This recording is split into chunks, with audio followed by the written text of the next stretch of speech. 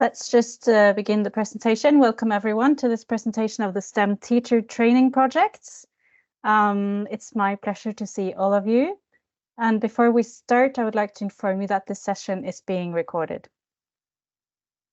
So before I give the word to our volunteers, Ingunn and Karoline, I want to give you some background for this project. Heidi, can you admit people? Thanks. So the need for knowledge in STEM subjects is increasing, and the lack of this type of competence has significant negative consequences for economic growth and increased welfare. More and better STEM education is essential to solve many of the major challenges we face today, such as poverty, food security, disease prevention, and climate change. And we see that teachers often lack the tools to make education practical and inspiring, and students need to develop creative thinking and analytical skills. And in order to build resilient communities, we need scientific literate citizens. So in January this year, 10 volunteers conducted a STEM teacher training at 5 different primary schools in the Masai Mara in Kenya. The purpose was to conduct a teacher training in exploratory science and contribute to making STEM education practical, inspiring, and engaging for both teachers and learners in Kenya. The scope of our project is to develop a concept to retrain teachers in exploratory and activity-based natural sciences education in countries where this form of teaching is not traditionally used. We want to improve education by making STEM subjects practical, fun, and engaging. And we also provide the schools with basic science equipment and tailor the training to the local context. Welcome to the people who just joined. And now I want to give the word to you, Ingunn and Karoline. Okay, so thank you. So perhaps Karoline, you will start. Yeah, so welcome everyone. So me and Ingunn were both volunteers in the STEM Without Borders project. And I'm a teacher working at the primary school here in Norway, teaching science and math. And maybe you want to present yourself as well, Ingunn? Yeah, so I have an engineering background. So we are kind of representing the teacher and the engineer, but I'm working at the university currently as head of department within natural sciences. So I'm in charge of the presentation. So I guess we can just go to the next slide. And we will also give some credit to Mari, who have also helped making this presentation. Let's see. Yes. So we met in February for the first time, and we were both a team of teachers and engineers, and we had a weekend together in Oslo where we looked at some of the experiments we were going to do, and we also got to know each other and looked up to what we were planning to do when we're going to travel to Kenya. So now we will be sharing a little bit about our experiences and how it was during our travel trip to Kenya. Perhaps we can also brag about the LinkedIn page for UG, which is a nice place where you can actually follow what they're doing. So this is also, in the page you can also see Hanne Finstad from Forskerfabrikken, who was in charge of setting up the experiments and also for training us in science factories. They have a place in Oslo where we were allowed to do the training. Yes, so let's see, I'll go to the next slide. There we go. Yeah, and so as Elise already mentioned, the main goal of the STEM project was to strengthen teachers' competence in both practical teaching and more like teaching methodology. And it was a collaboration project between the Scientist Factory and Engineer Without Borders. And the project was first performed in 2022 as a pilot project. And because of its great success, it was continued this year for a new project. And then perhaps, it expanded also to more schools than in 22. And perhaps we can also say, just for the where did we go? Well, we went to the mid of Kenya. Many people will go to Mombasa or to the large safari areas. So we went to Masai Mara National Park, which was, of course, also a great experience. But we will come back to, let's see, there we go. All right. Yeah, I can also say a little bit about the why. And Elise, you have already mentioned that the expertise in STEM subjects is of great importance in solving many of the global challenges we have in front of us now, and that will come, of course, in the coming years as a consequence of climate change. Access to basic infrastructure is poverty. People need food. So you need to be able to produce and process food and disease prevention. And kind of bottom line is to know your basic STEM. And it's also important to mention that the Kenyan science curricula were revised in 2019, where they, from governmental kind of decision makers, said that they wanted to have more practical activities, more experiments into the curricula. So this involved more creative thinking, more analytical skills, and we did experience kind of the traditional way of teaching, which also have many good sides to it. But it was very interesting to also see this project in a larger context. And I think also it's important to mention that the Kenyan school system is one of the best in the African countries. So that was also great to experience.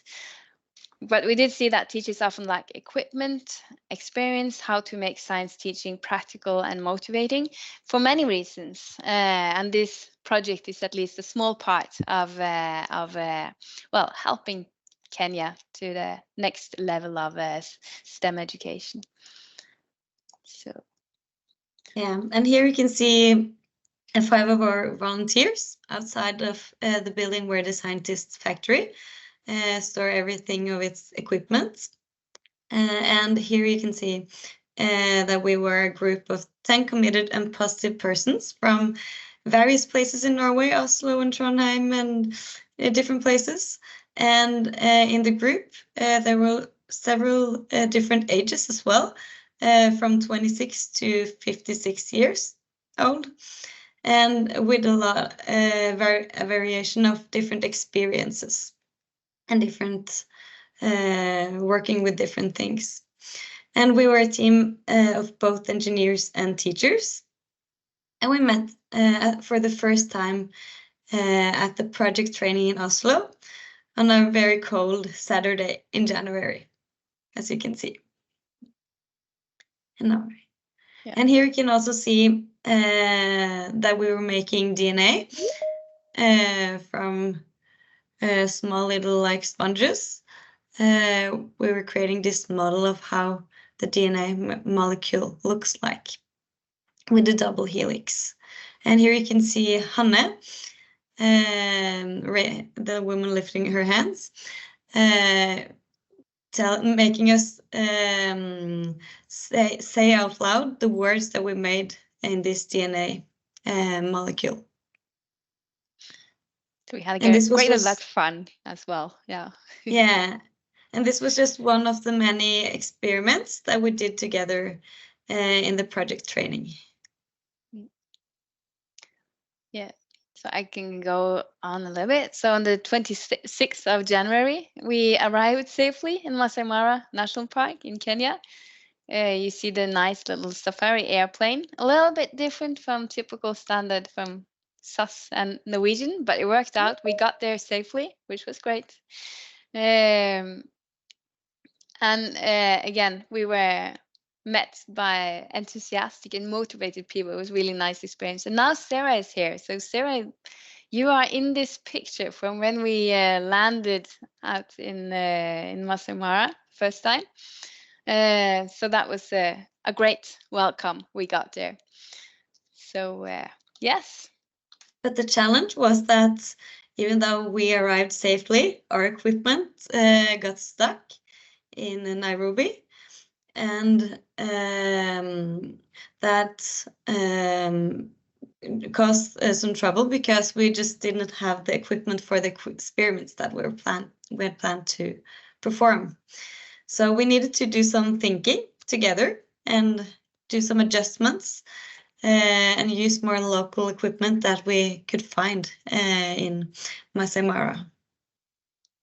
And this was quite essential. It was also testing the group a bit, but it worked out very nicely. We learned how to survive on very little because we only had our hand luggage. So we really learned the lesson. Pack the most essential stuff that you need to survive a couple of days in your hand luggage. And also really enforcing innovative thinking and just kind of coming up with alternative ways of doing the project to proceed as good as we could. So yeah, so this is from the first day, the teacher training. Well, we will get back to what you see here, but I think also the night before we had a meeting, the whole group. We had landed, we kind of knew where we were. We were sitting at a quite nice hotel, and then trying to come up with what can we do to actually plan the meeting we will have tomorrow with all the teachers in a good manner. And one thing was the actual experiments. Of course, we needed a lot of we had all the equipment with us to also kind of train the teachers in how to use the equipment, but it was just as important to all the methodology around. So with a simple experiment, it was still possible to kind of do the part where we could in this case, what happens if you light up a tea bag, an empty tea bag? What will happen?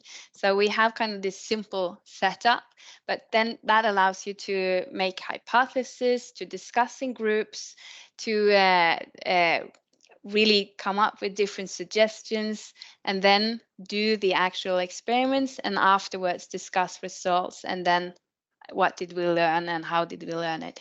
So it was quite it worked out very well, I would say. So I don't know, Caroline, would you? Yeah, I can say a little bit more about the experiment, because it's actually a quite simple experiment. We're just thinking, what do they have a lot of in Kenya? And just came up with, oh, tea, they drink a lot of tea. So maybe we can do the tea bag experiment. And usually I've done it before, just like a demonstration.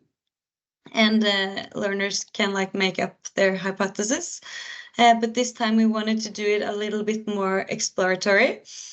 So to do that, we said that they could at first try to light up an empty tea bag like normally, just see what happens. But then we also challenged the learners to make some variations. And some of the teachers tested what would happen if the tea bag was wet. And some even cut the tea bag in half and checked what happened then.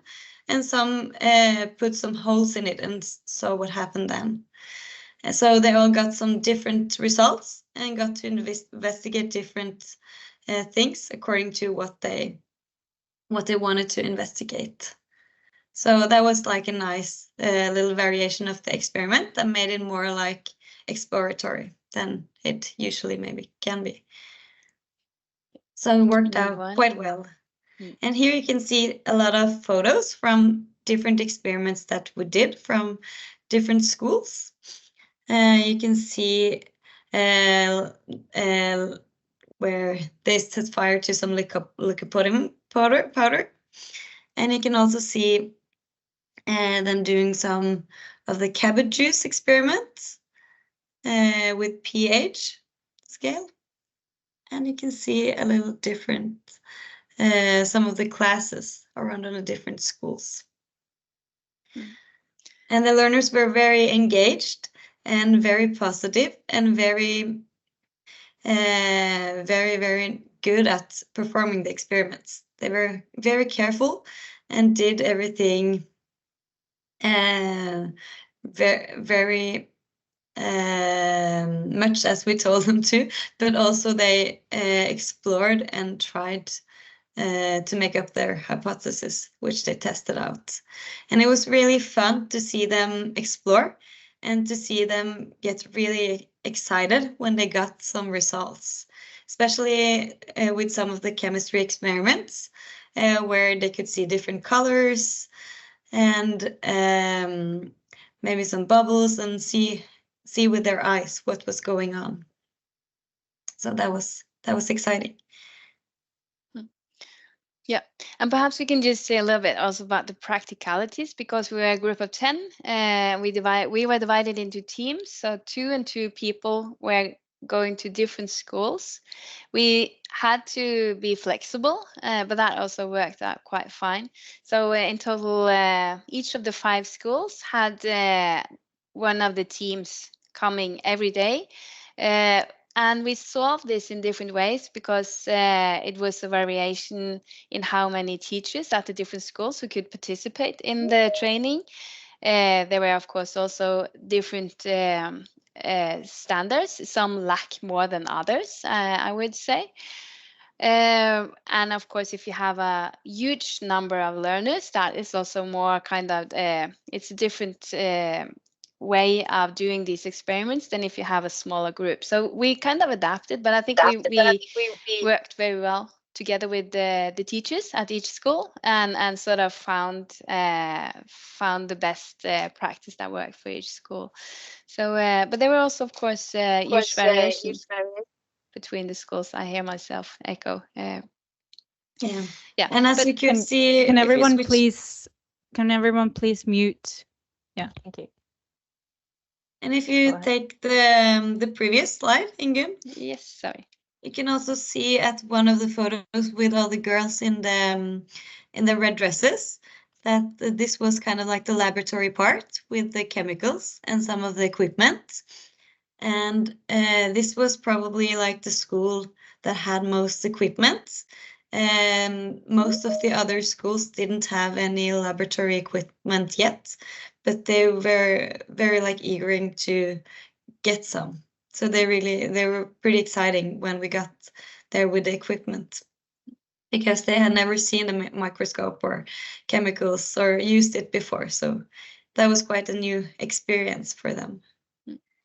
And we should mention also, this is from the first day where they are dressed up. Beautiful girls here. They were not in the lab doing experiments with this beautiful clothing, right? So this was from the first day, and you will see later in the video how great welcoming we got there. So yes, and then yeah, you will also say something about the thinking classroom. This is a bit on the different way of learning that we also worked on. So as like a pedagogical method, we did Peter Liljedahl's thinking classroom with vertical boards, meaning that it's kind of like a thinking that the learners should be active, standing while they're doing the thinking in the calculations. So we use it a lot in the math teachings in Norway and also other places around the world. And we use this in some math teachings and tasks in the project, but also we used it when the learners were writing their results from the experiments. One person from each group could go to the board writing the results. So the results were always very like easy to look back on because they were just right there on the boards. So these are just plastic boards that you can stick on the wall and write on, and then you can get everything away just with a piece of paper. So we just put these different places in the classrooms. depending on how many groups we wanted the learners to be arranged in. So we used this quite a lot during the project. So, yeah, this is the school gardens. You can say a few words there as well. Yeah, and this was also something that I was quite inspired by, that I always wanted to have in my school, a school garden where you can like do some farming and get your own vegetables and fruits. So this is from Earbaum Primary, and I know that they had some small school gardens and some of the other schools as well. They, for example, had chili, and they had another fruit that the teachers didn't know the name of. But one problem was that one night an elephant broke into the garden, to the farm, and stepped down a lot of the growth. So that was kind of a bit of a challenge for the school garden. But I was quite inspired to come home and like to even try to farm things here in Norway as well. So that was cool to see that they had a school garden in some places. Yes, yeah, and now we have this video that's been made from EUG. We also had, I think this is not typical for each project that Engineers Without Borders are involved in, but for this particular project, yeah, and I'm looking at Elise, which is hard to see in the digital meeting, but you hired in local photographer, one photographer and one kind of movie man who followed us around and also used the drone to get some nice overview movies and so on. So this is on YouTube, and now I think if I press this, we will all enjoy a little movie from the project. Which sound? Okay.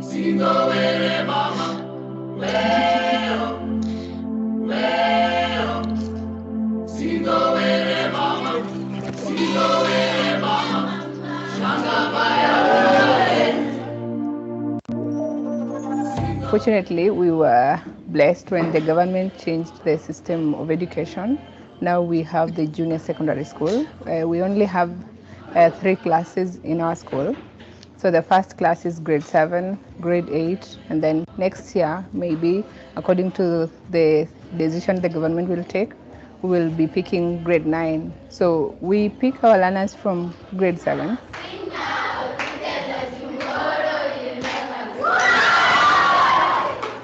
With sciences, learners get to actually have an hands-on approach when it comes to learning. In the junior secondary part, we are supposed to like have equipment, we are supposed to have laboratories, which is still a challenge because we don't have a laboratory, we don't have equipment for the laboratory.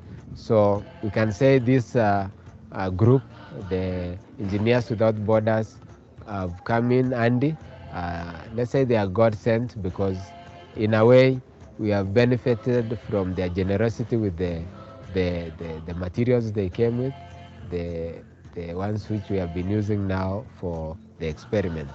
So when we're here in Kenya, we do science, we do mathematics, biology, chemistry, and all these trainings are important for the kids in Kenya because the equipment is limited.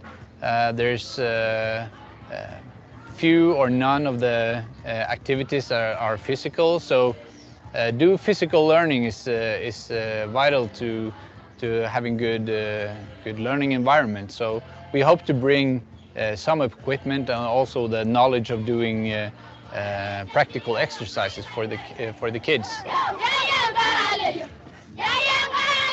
Some dance training for us.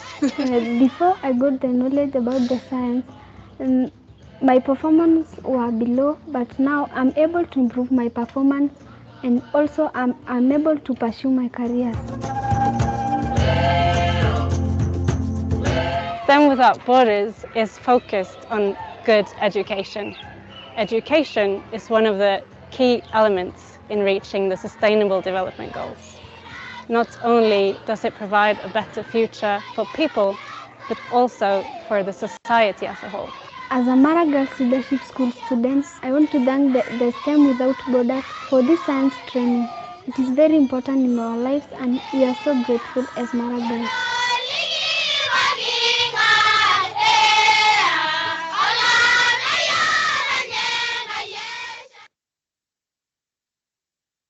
Yes. Yeah.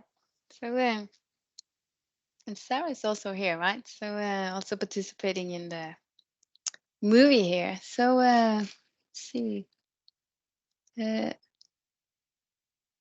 Yes. So, yeah.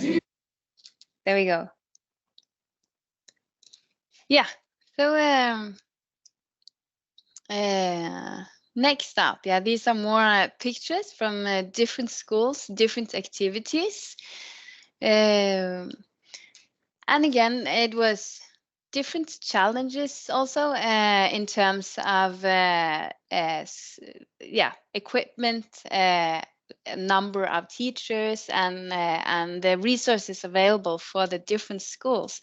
But I think again, the joy of doing of learning science, and kind of it's the same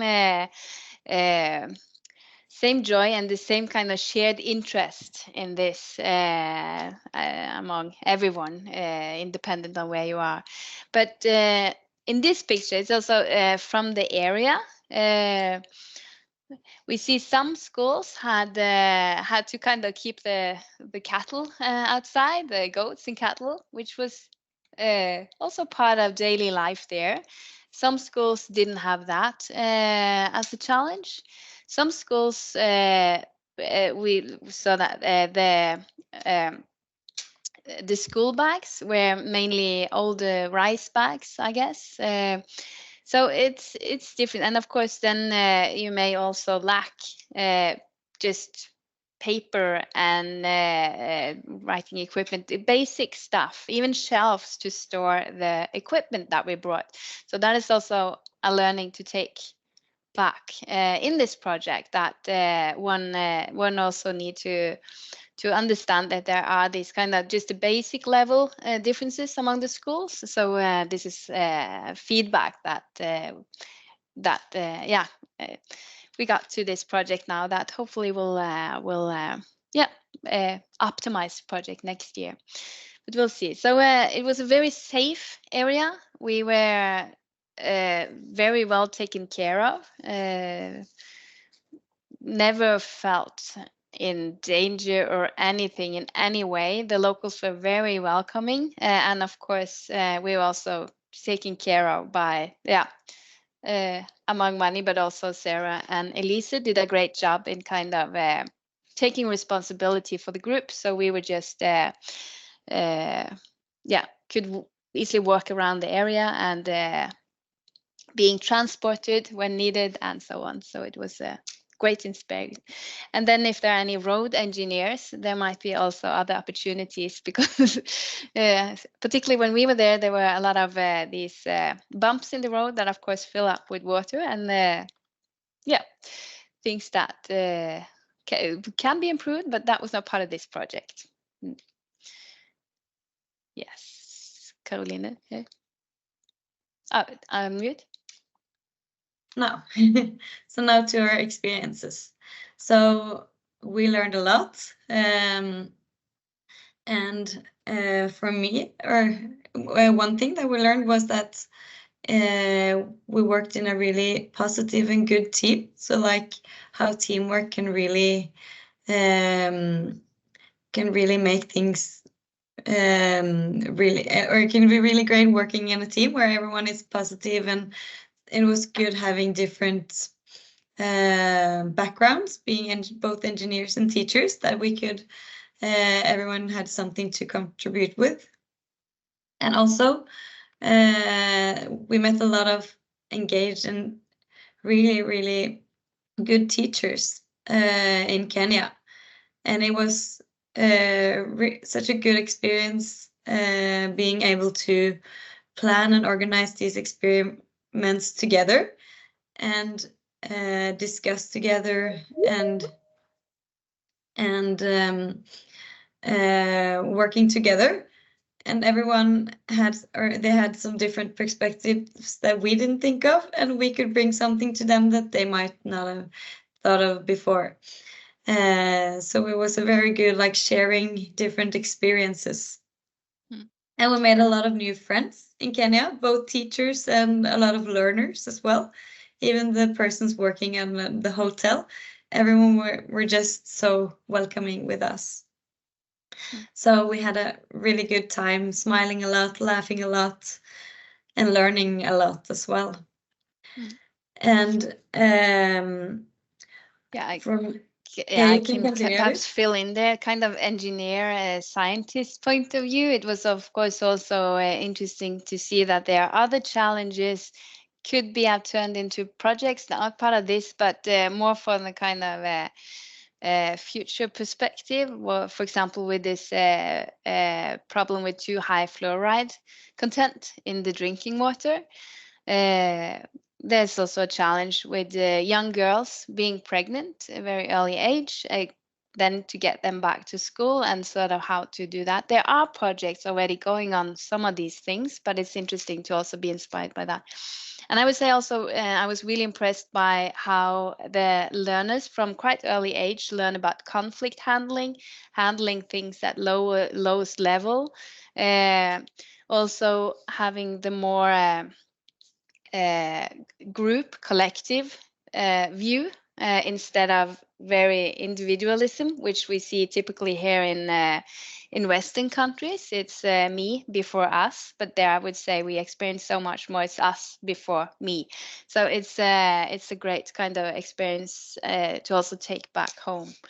So, and I would also say I'm quite impressed about the math skills. They were generally the learners had higher math skills than Norwegians learners at the same age. So they were actually also quite interesting to see.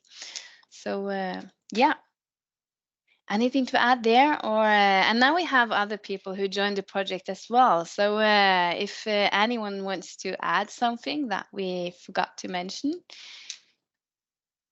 now is the time. No. We can as well see from me as a teacher in Norway. I also learned that teachers have a lot of the same, like, challenges and things that we do in our daily lives, even though we're teaching in different countries. A lot of, like, the challenges and, like, things that you're doing in the, like, teaching situation in the classroom are actually quite similar.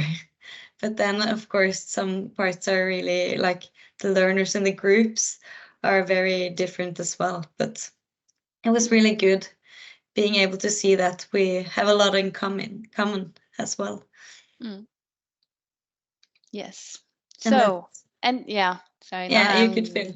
Go to the one big happy family. Yeah. From the last day where we managed to get all, I think, teachers and all volunteers in one picture.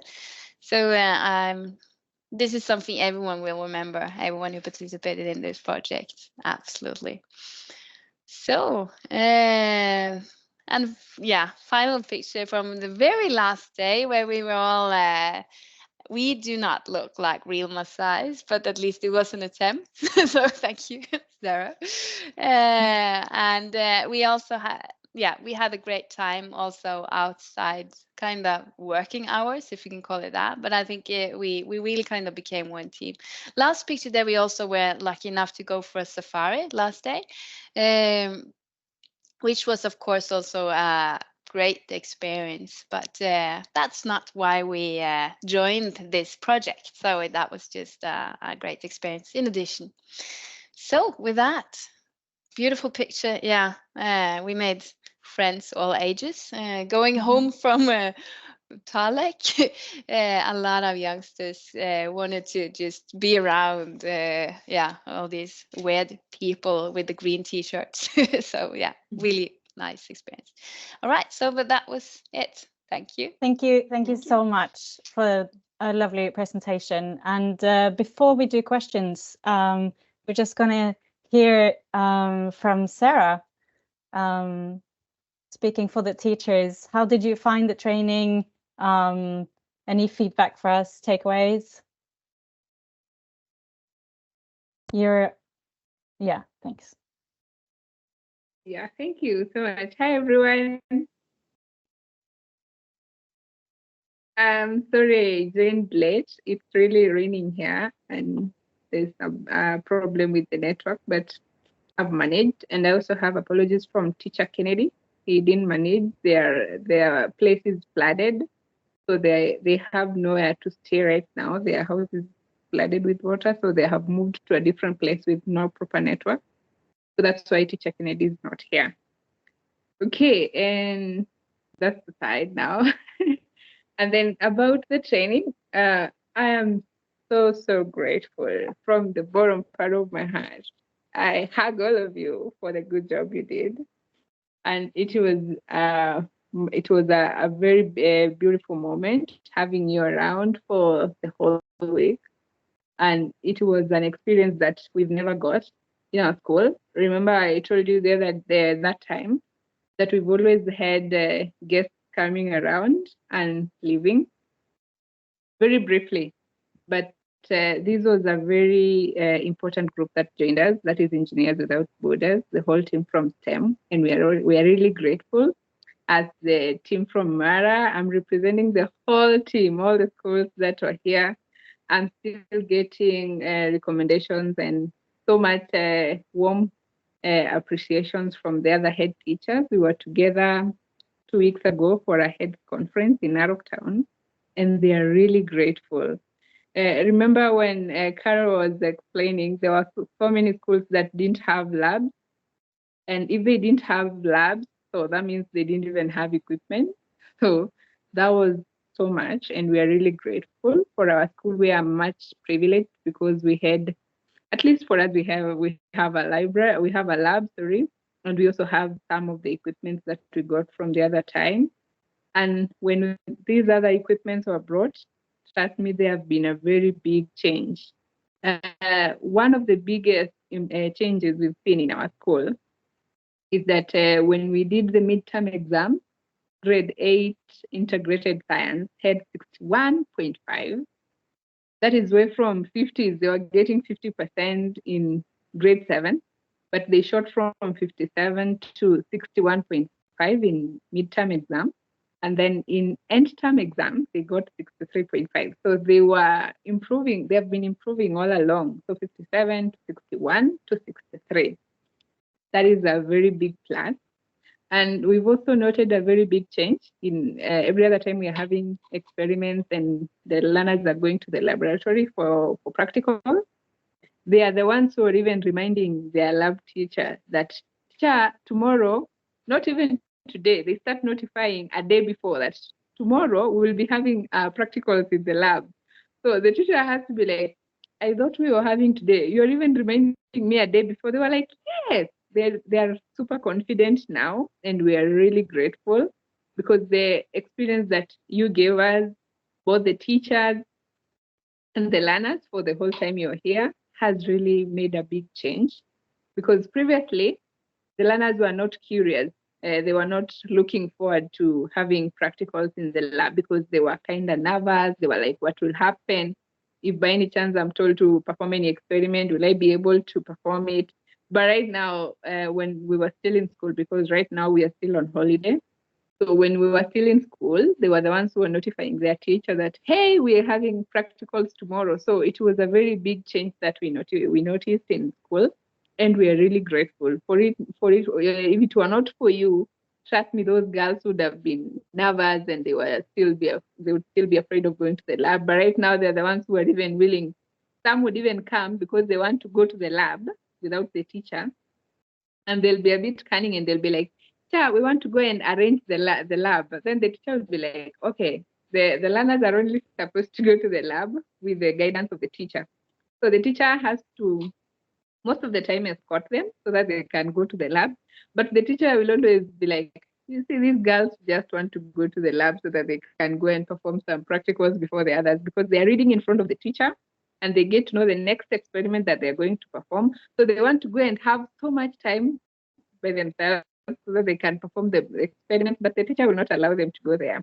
And most of the time when we go there, you'll find that they'll group themselves, like they are now adapted to the system of learning together in groups.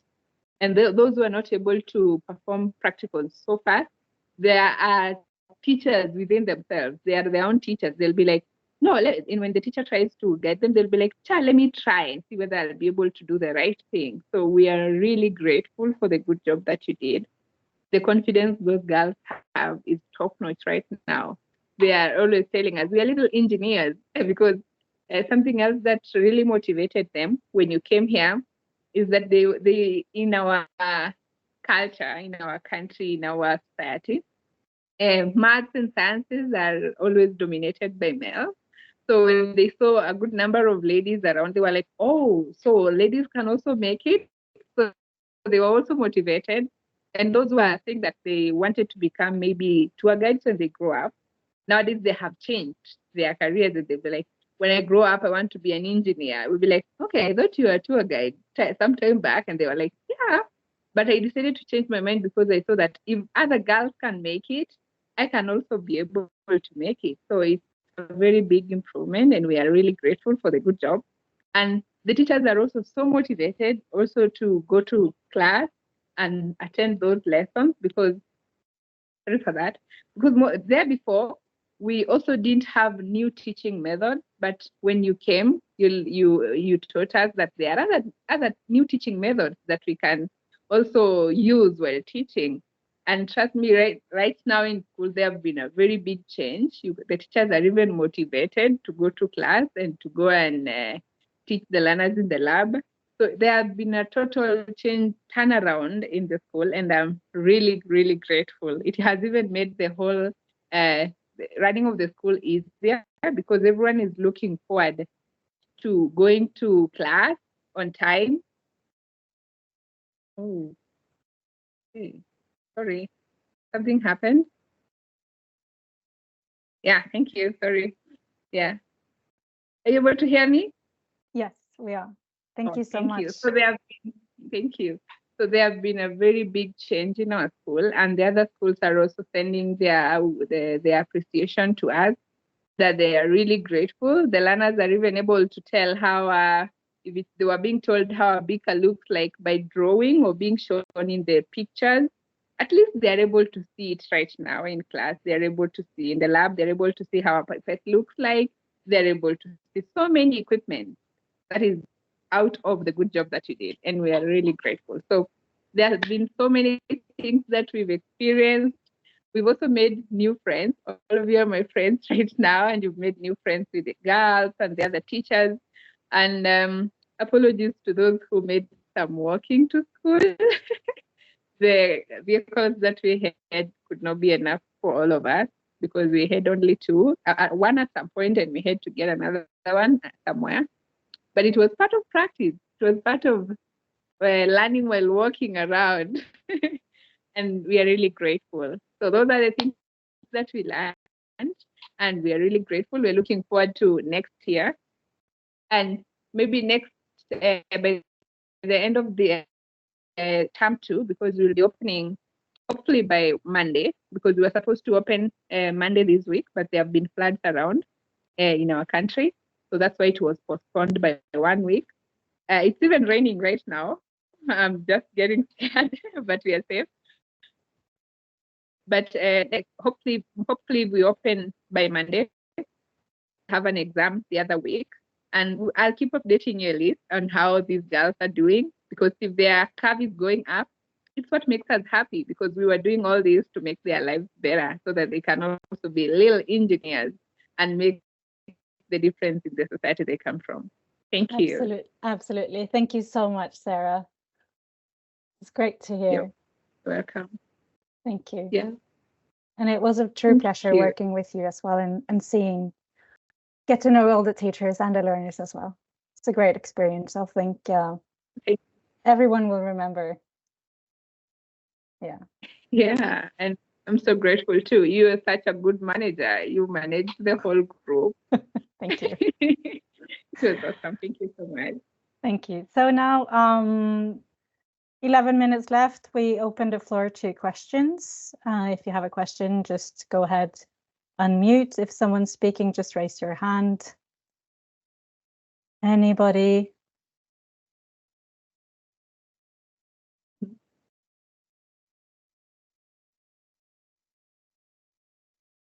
Go ahead, Hans Petter. Yes. Hello, I'm Hans Peter. I didn't really have a question, but since nobody else came in, I thought I could give a comment. I represent what we call the Nyenga Foundation. It's in Uganda, and we're running, amongst other things, a school, primary, with 330 pupils. I think I have at least two of my colleagues with me here today. Anne Mette on the screen there, she's at Nyenga at the moment. And I think Anne Grete is in Bergen. So I'm happy that we are well represented from the Nyenga Foundation.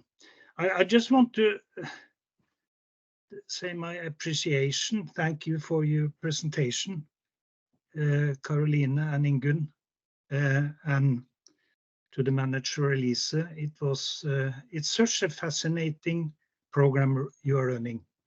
I'm an engineer myself. I really like the way you are doing these things, and I think it helps so much with the education investing.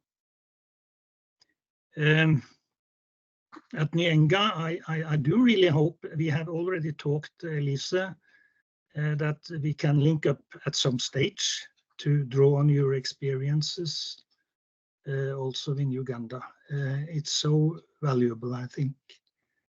And to Sarah, I hope you can cope with the flooding and get over with it, and wish you all the best for the exams coming up. Thank you. Thank you so much.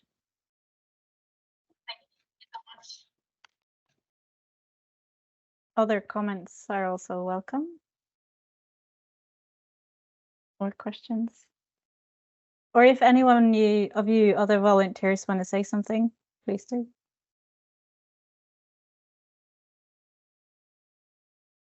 Can I just say something? Please do. Thank you. Sorry, I'm on mobile phone and it's not a convenient place to have a video. But okay. First, I would like to thank the presenters, especially my friend Celia. And I'm happy to see Sarah again on this meeting. So, I mean, everything what is presented is, I endorse everything, which was really very interesting, and I had a very good experience with this group. So I just would like to say, let's keep it up. Thank you very much. Thank you so much, Elena. Another one of our wonderful volunteers on this project.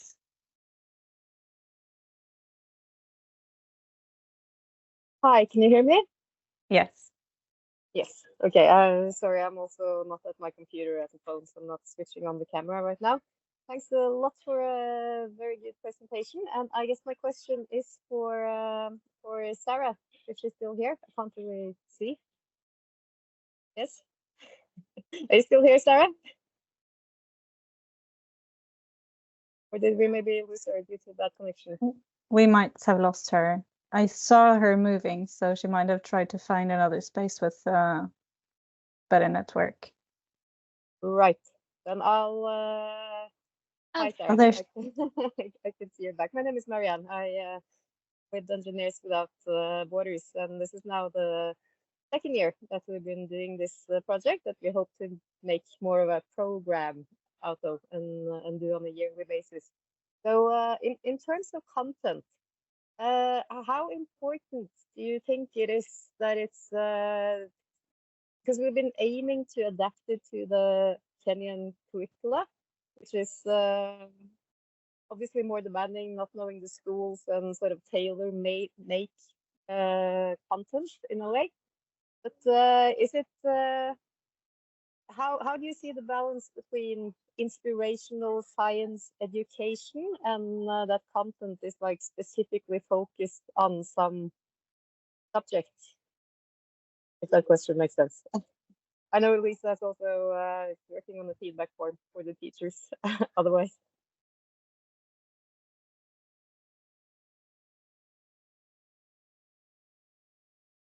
Sarah, did you catch that question?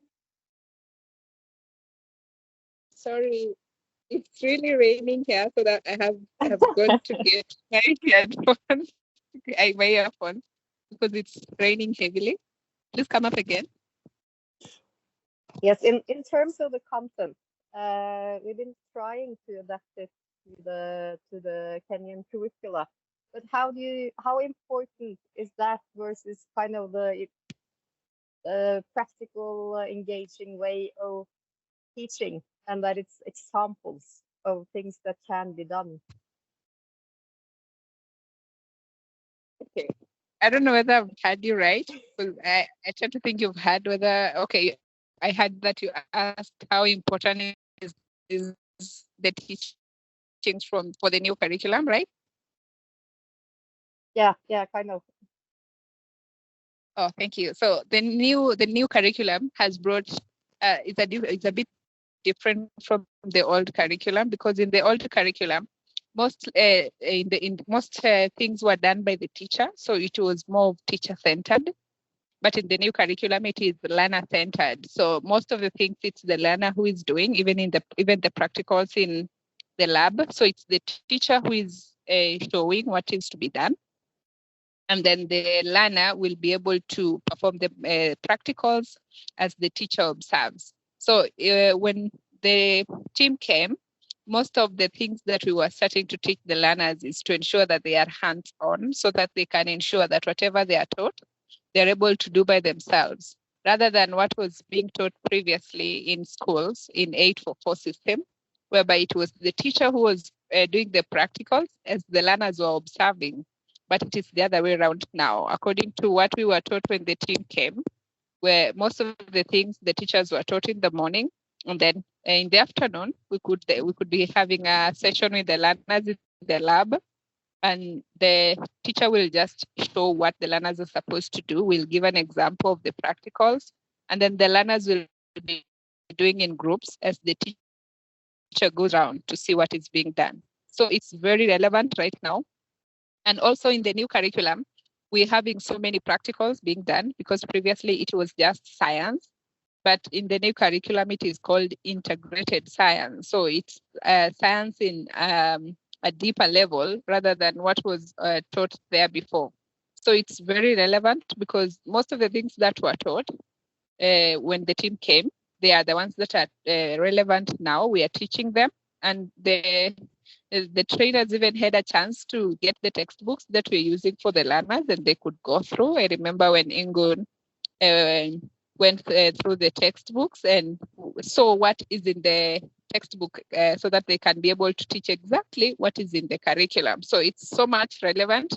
And I'm sure next time when you visit it, you'll find that a deeper level that is in grade 9. Because when you came, we were not sure that whether grade 9 will be in junior school. But when I attended a certain training last week, it was confirmed that junior school will be domiciling grade 9. So we'll be having grade 9 in junior school. And if integrated science for grade 8 is deep, then for grade 9 it will be deeper. The only good thing with the new curriculum is that it is a continuation of the same content. So you'll find that whatever the learners are learning in grade 8, they're learning about the periodic table. Then in grade 9, it will be more of the periodic table, and they'll be having equations. So there are so many new things that are being experienced in the new curriculum. And we are very lucky, because the team came and we were privileged to have learned from the best. So it's so much relevant, and we are really grateful. Okay, thank you, Sarah, and really thank you all for welcoming them in Kenya, for your engagement, and to all the volunteers for a fantastic effort as well. Thank you. Thank you so much for the question and the nice answer, Sarah. I think we have time for one more question. If anyone, Sarah, can you please mute? Getting some feedback from you.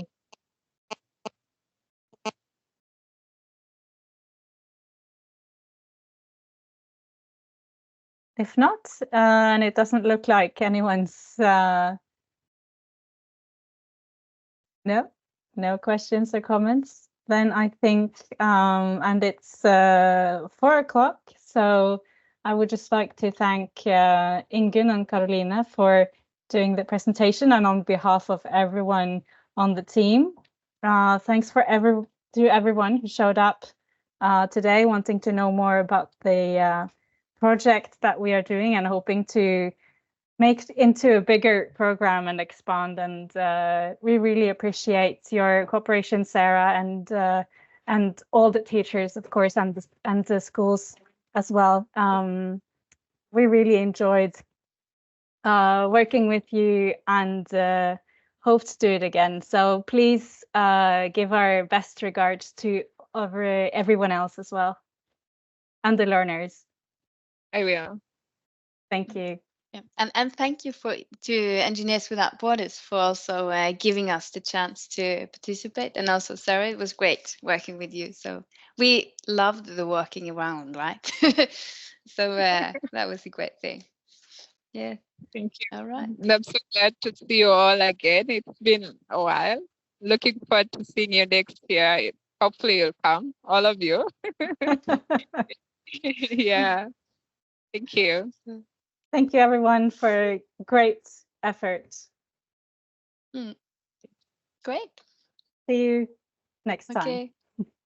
Bye. Bye. Thank you. Bye, Bye-bye. everyone. Bye. Bye. Bye-bye.